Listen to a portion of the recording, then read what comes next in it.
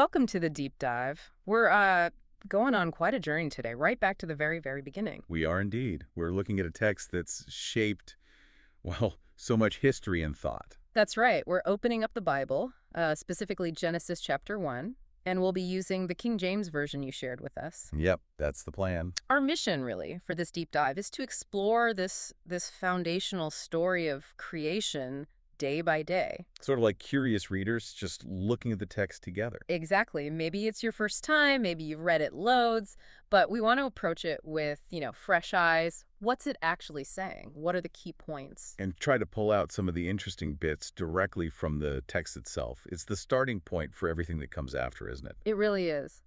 So let's jump in. How does the Bible describe things before the creation week gets going? Okay, so that takes us straight to verses 1 and 2. Verse 1, in the beginning, God created the heaven and the earth. Pretty direct statement right off the bat. Sets the stage immediately. God is the origin point. And verse 2 gives us the condition of the earth. Ah, yes. And the earth was without form and void, and darkness was upon the face of the deep. Without form and void. That's tohu wabohu in the Hebrew. It really gives you a sense of, well, emptiness, right?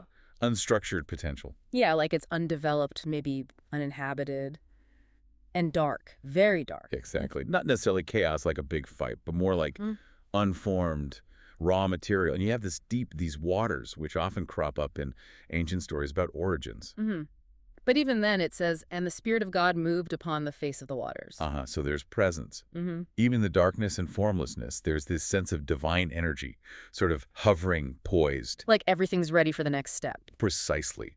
The potential is there, waiting to be shaped and filled. Which brings us to day 1, the first actual act of creation described. Right, verses 3 to 5. And the way it happens is, well, it's striking. Oh, absolutely. Verse 3 is just, and God said, let there be light, and there was light. Just like that, creation by speaking. The word itself brings light into existence. Incredible power in that idea. And then God evaluates it. He saw the light, that it was good. the first good, okay, so light exists, it's good, and then there's an action, separation. Yes, God divided the light from the darkness. So order is being introduced immediately, distinguishing between these two fundamental states. And naming them. He called the light day and the darkness night. Naming is important here, isn't it? Defining things, establishing control over them. It's ordering time itself. And then we get that phrase that repeats, and the evening and the morning were the first day. That structure. It's interesting that the day starts with evening, with the darkness, doesn't it? It is. Evening then morning. Makes you think. And just imagine that moment. From total darkness to light, just appearing because it was spoken. Quite something. It really sets the rhythm for the whole account. Basic structure of time right there. Okay, so day 1. Light, day, night. The basics. What about day 2? Day 2, verses 6 through 8, this one focuses on creating space and more separation, specifically within those initial waters. Right. It says, let there be a firmament in the midst of the waters, and let it divide the waters from the waters. That word firmament, it always sounds quite grand in the King James. It does. The Hebrew, rakia, suggests something spread out, maybe even solid-like a dome or an expanse. So the idea is it separates waters below, like oceans, from waters above. That's the common understanding of the cosmology here, yes. Creating the sky, essentially, as a dividing structure. And that firmament, that expanse, gets a name, too. Heaven. Exactly. Another act of ordering, creating distinct realms, the waters below this heaven and the waters above it. And like day 1, it ends. And the evening and the morning were the second day. But wait, I don't see God saw that it was good for day 2. Is that right? That's a really sharp observation. You're right. It's not explicitly stated for day 2 in the KJV. Huh. Why do you think that is? Any ideas? Well, it's something people have definitely pondered. One thought is that day 2 is purely about separation making the space. It's essential, but maybe not complete in the same way. The good evaluations often seem to come when a realm is both formed and has something in it, or is ready for something. That's interesting. Like the job wasn't quite finished yet, maybe. Okay, let's move to day 3 then, verses 9 to 13. This feels like we're getting down to earth, literally. We definitely are. First, big action. Let the waters under the heaven be gathered together unto one place, and let the dry land appear. So the waters under the firmament get organized, and land emerges. Yep, and again, naming follows. Dry land is called earth, the gathered waters are called seas. And here we get. And God saw that it was good. Yes, The basic land-sea environment is set up, and it's positively assessed. But day 3 isn't over, is it? There's more. No, there's a second creative act on day 3. This is where life begins. Let the earth bring forth grass, the herb yielding seed, and the fruit tree yielding food after his kind. So the earth itself is involved in bringing forth life under God's command. And there's that phrase again, after his kind. That principle starts right here with plants. They reproduce according to their specific type. Grass makes grass seed, apple trees make apples with apple seeds, It establishes order within the living world. Makes sense. And after the plants appear, God again saw that it was good.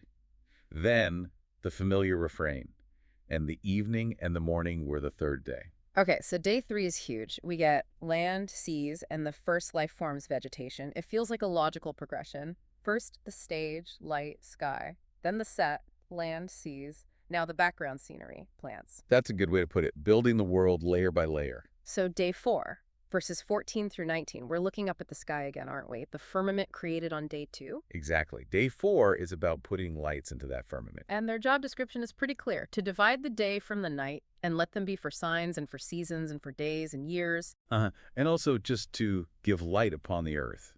Their purpose is very much linked to earth. Which is interesting because they're created after the earth and plants exist. From our modern view, that seems backward. It does from a modern scientific perspective, yes.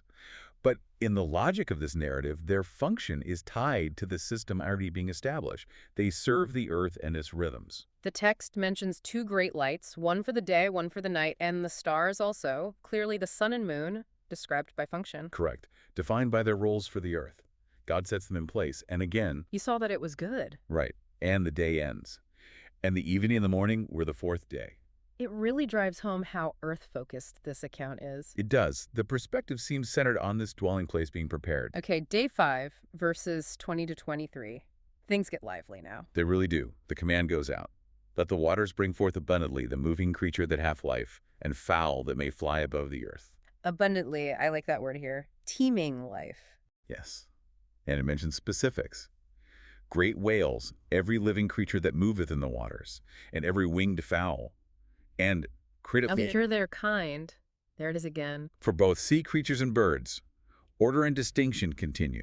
And, naturally. God saw that it was good. But then there's something new on day 5, a first.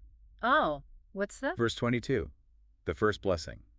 And God blessed them, saying, Be fruitful and multiply, and fill the waters in the seas, and let fowl multiply in the earth. Wow, so the creatures themselves are blessed and commanded to reproduce and fill their environments. Exactly. It's not just making them, it's empowering them to thrive and spread. A really significant step. An explosion of animal life in the water and air. Cool. And then in the evening and the morning were the 5th day. Which leads us right into day 6, verses 24 through 31. This one feels like the big finale. It really does. Starts with land animals. Yep. Let the earth bring forth the living creature after his kind, cattle and creeping thing, and beast of the earth after his kind. The earth brings them forth. God makes them after their kind. And predictable by now. God saw that it was good, so land animals fit the pattern established for other living things. But then the mood shifts. Something unique happens. Verse 26. And God said, Let us make man in our image after our likeness. That language is different, isn't it? Let us make... People have thought a lot about that plural divine council. Hints of the Trinity. Regardless, it signals something special. And the goal is different too, not just after his kind, but in our image, after our likeness. What does that even mean? Well, verse 27 immediately follows up. So God created man in his own image. In the image of God created he him. Male and female created he them. It really emphasizes the image of God part. And includes both male and female right there. Yes. The text doesn't spell out exactly what image and likeness means in, like, a dictionary definition. But the verses that come next give us a huge clue. It seems tied to, well, relationship and responsibility. Responsibility. You mean the dominion part. Exactly. Verse 26 hints at it, Yeah. and then verse 28 makes it explicit. God blesses them, just like the animals on day 5, but the command is expanded. Be fruitful and multiply and replenish the earth. Replenish meaning fill back then, right? Right. Fill the earth. Yeah. And subdue it, and have dominion over the fish of the sea and over the fowl of the air and over every living thing that moveth upon the earth. Wow. So humans made in God's image are given this authority, this role as caretakers or rulers over creation. That seems to be the implication within this narrative, a unique position, a unique responsibility. It sets humanity apart. And then there's provision for food, too, right? Verses 29 and 30. Plants for humans, plants for animals. Yes, a complete system. Everyone has what they need in this initial setup. In the final assessment, day 6 ends, God looks at everything, and it's not just good. No. Verse 31. And God saw everything that he had made, and behold, it was very good. Very good. That's an upgrade. It is. It comes after humanity is created and given their role. It suggests the whole creation, now complete with humans in their specific place, has reached its peak perfection, according to this account. The culmination. And the evening and the morning were the 6th day. And there we have it, the 6 days of creation, as laid out in Genesis 1.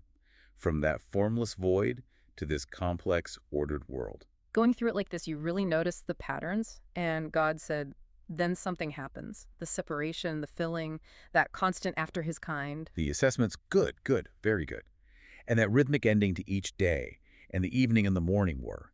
It gives the whole chapter a very distinct structure and feel. Almost like a poem or a song sometimes. It has that quality, definitely. It builds layer upon layer, establishing the world and humanity's place within it, according to this view. So, quite a deep dive into Genesis chapter 1, using the King James Bible. We've looked at the sequence, day by day, what was created, those divine thumbs ups. The good and very good, and especially that unique creation and role given to humanity. We've seen it go from, well, nothing much, to this intricate, functioning world declared very good. It really lays a foundation for understanding everything that follows in the Bible from this particular starting point. And thinking about it all, especially that final day, day 6, that instruction to humanity in verse 28 always stands out. Be fruitful and multiply and replenish or fill the earth and subdue it and have dominion. Yes, that command. It leaves you with a pretty big question, doesn't it? If you take this text on its own terms, just this chapter, what does that dominion actually look like? What kind of relationship or responsibility does it imply between humans and the rest of creation described here? Exactly. What does subdue and have dominion mean in practice, according to Genesis 1? That's definitely something to chew on. A really provocative thought to end on, straight from the text itself. Indeed. Well, this has been fascinating. Thanks for walking through it with us. My pleasure. Always interesting to revisit these foundational texts. Until next time on The Deep Dive.